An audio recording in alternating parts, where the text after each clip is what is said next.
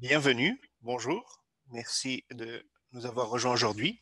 C'est notre tout premier cours sur la désinformation sur les vaccins.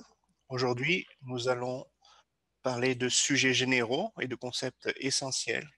Si vous ne nous connaissez pas encore, nous sommes First Draft, une organisation internationale qui travaille pour aider les gens par la connaissance et pour bâtir la résilience contre les fausses informations, les informations trompeuses. Je vais me présenter. Je m'appelle Marie Bonner. Je suis directrice globale des partenariats pour First Draft.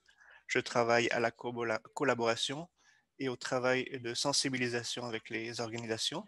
N'hésitez pas à me contacter après ce cours et je serai ravi de vous parler au sujet d'une éventuelle collaboration.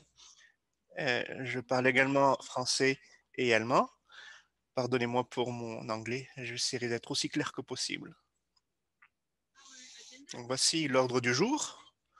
Les trois principaux points que nous allons aborder sont tout d'abord différentes études de cas, pourquoi les communautés du monde entier ont perdu la confiance dans les vaccins. Ensuite, nous allons considérer une recherche que notre équipe a effectuée sur la désinformation contre les vaccins en novembre 2020.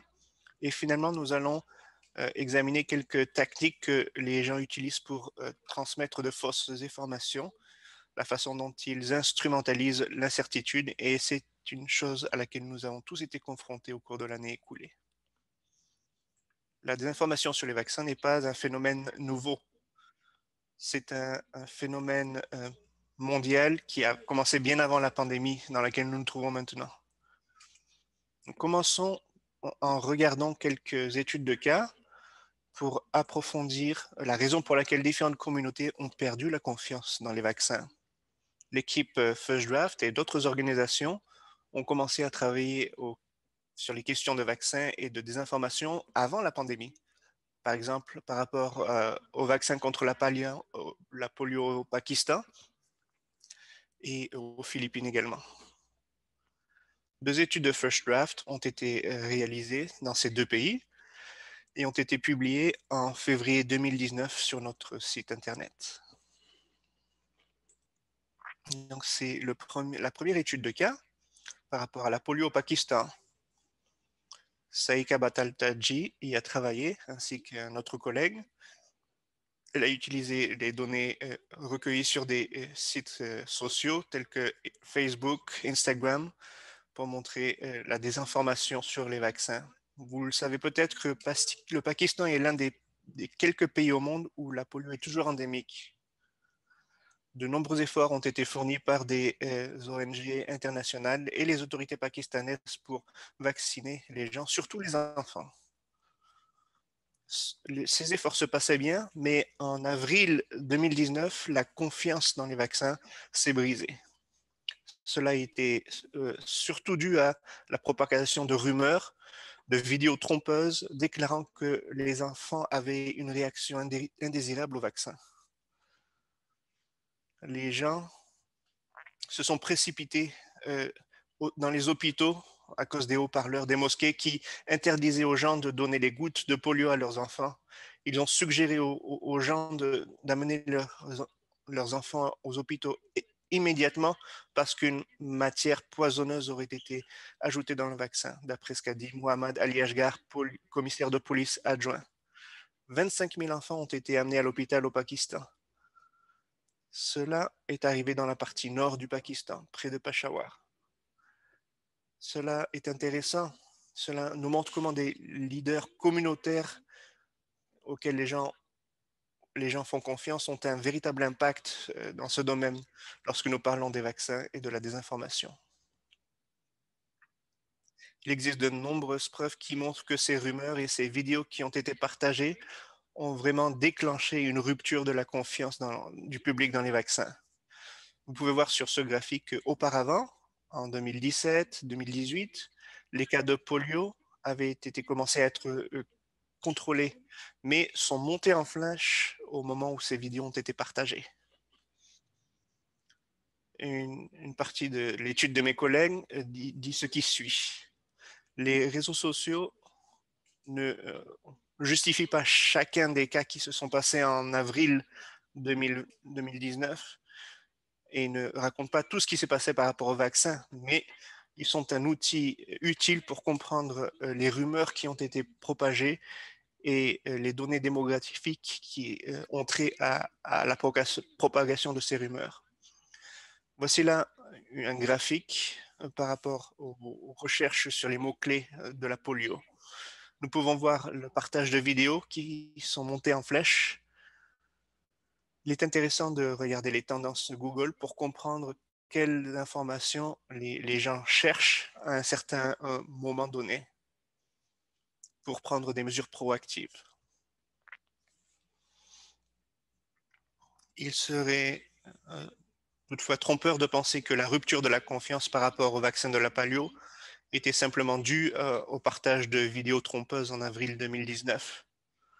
C'est certainement l'étincelle, mais dans le contexte historique, en 2011, des allégations ont vu le jour sur des efforts de la CIA.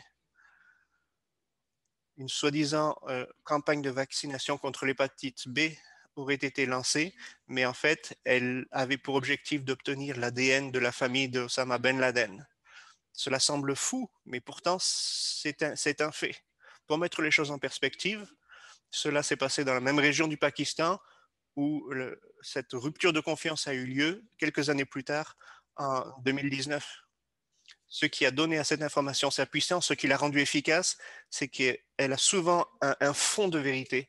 C'est pour cela que la désinformation a souvent des racines très profondes. Donc, que pouvons-nous apprendre de la situation? Les gens ont des questions, des préoccupations justifiées sur les vaccins. Nous devons comprendre que ce n'est pas parce que ce n'est pas simplement en combattant la désinformation que tout le monde va être enthousiaste et accepter le vaccin. Cela serait ne pas bien comprendre la situation. Et voici maintenant une autre étude de cas. C'est aux Philippines et le vaccin contre la dengue et la controverse qui s'en est suivie. Cette étude a été menée par mes collègues, et bien que ce sujet ait été abordé par d'autres organisations également.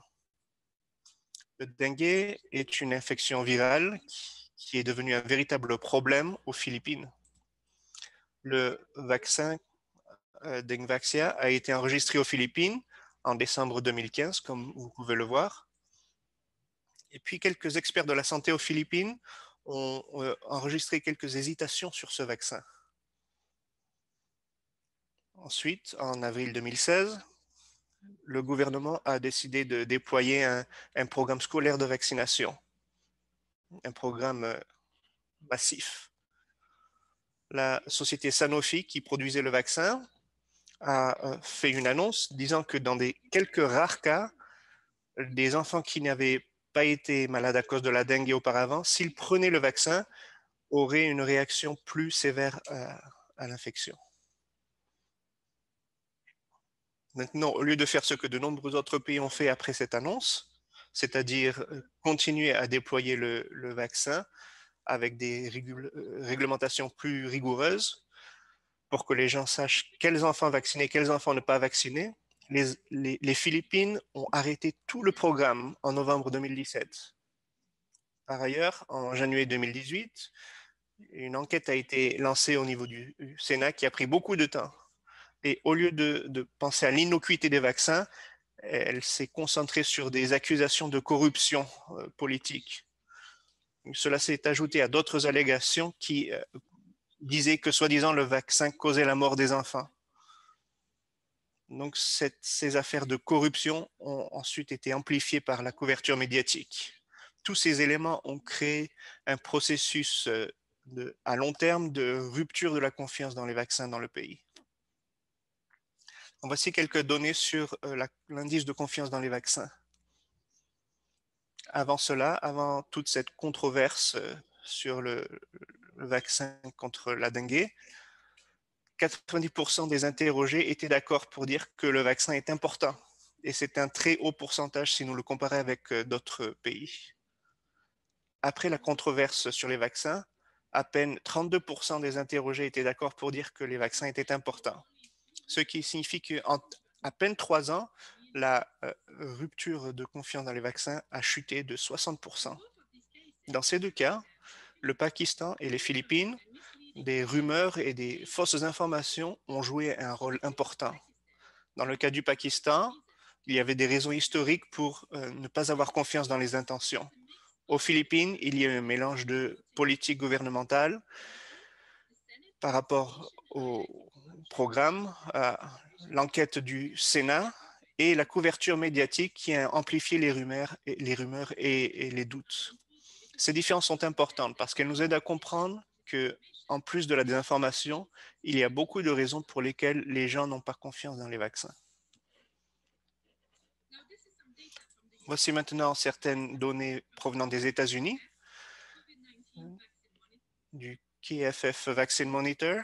KFF, c'est Kaiser Family Foundation. C'est une organisation à but non lucratif qui se spécialise dans les questions de santé publique et les politiques de santé des États-Unis. Elle a trouvé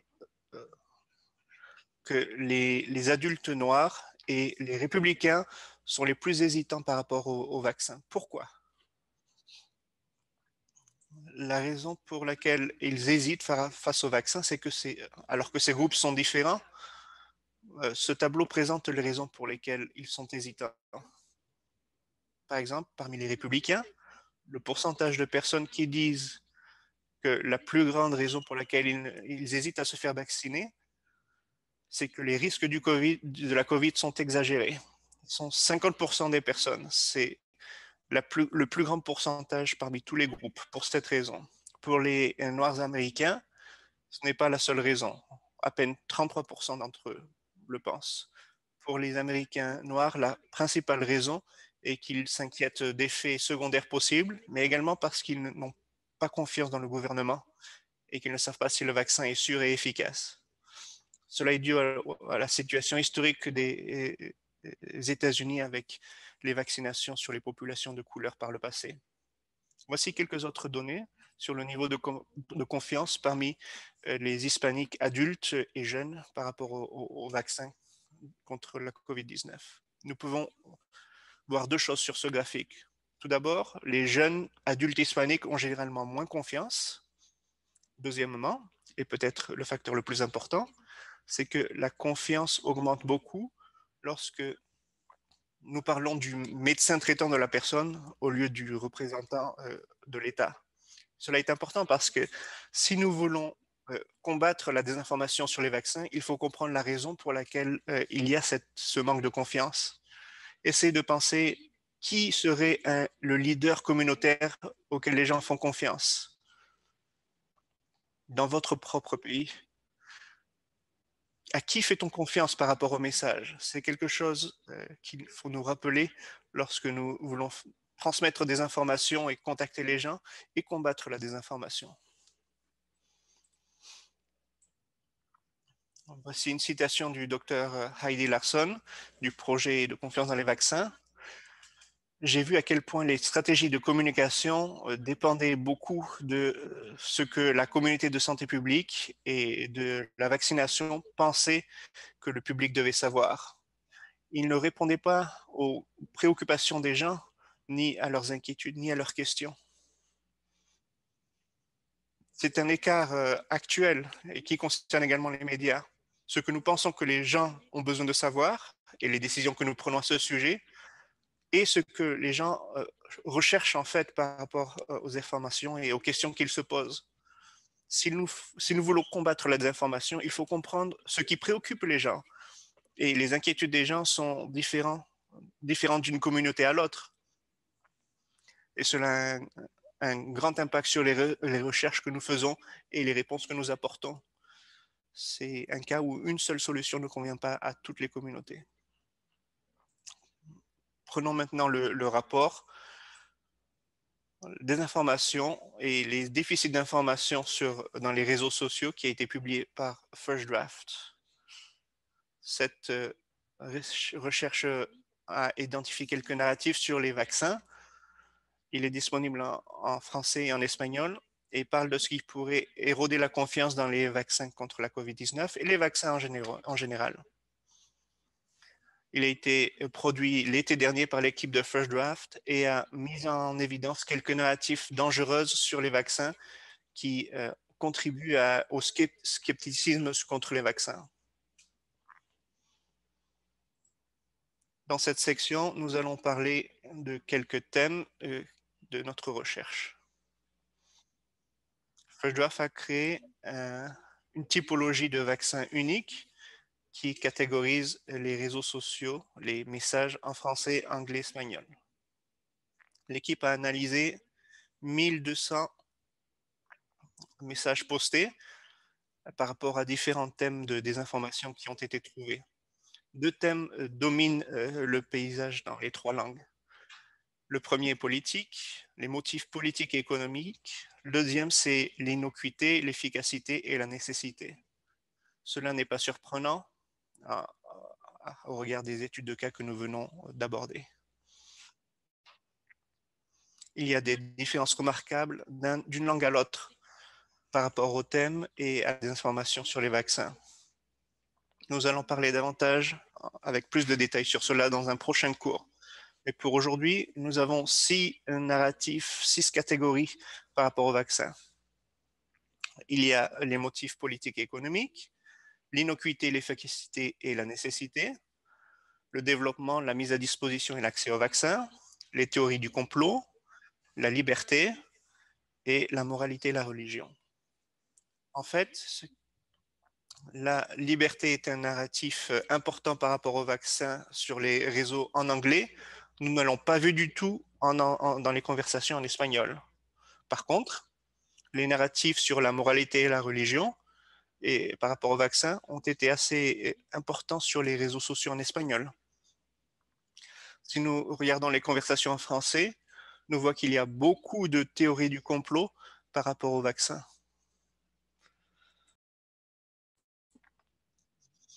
Dans les différentes langues, nous voyons également quelques préférences sur l'utilisation de différentes plateformes. Cela dépend beaucoup du pays également. Une chose que nous avons vue dans tous les cas, c'est que la désinformation sur les vaccins a une importance considérable sur Instagram et Facebook, beaucoup plus que sur Twitter, par exemple. Donc, l'efficacité des outils et des plateformes en utilisant des langues autres que l'anglais est très variable. Donc, c'est quelque chose que nous voulons considérer par rapport aux résultats que nous voulons obtenir dans des langues autres que l'anglais.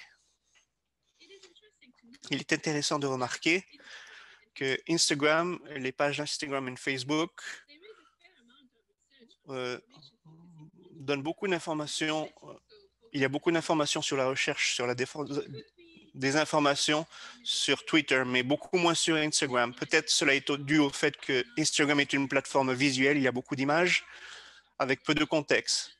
Cependant, il y a également beaucoup de chercheurs et de journalistes sur Twitter. Donc peut-être c'est la raison pour laquelle cela est davantage vu sur Twitter que sur Instagram. Maintenant, nous allons examiner les tactiques et les tendances de la désinformation sur les vaccins et leur instrumentalisation.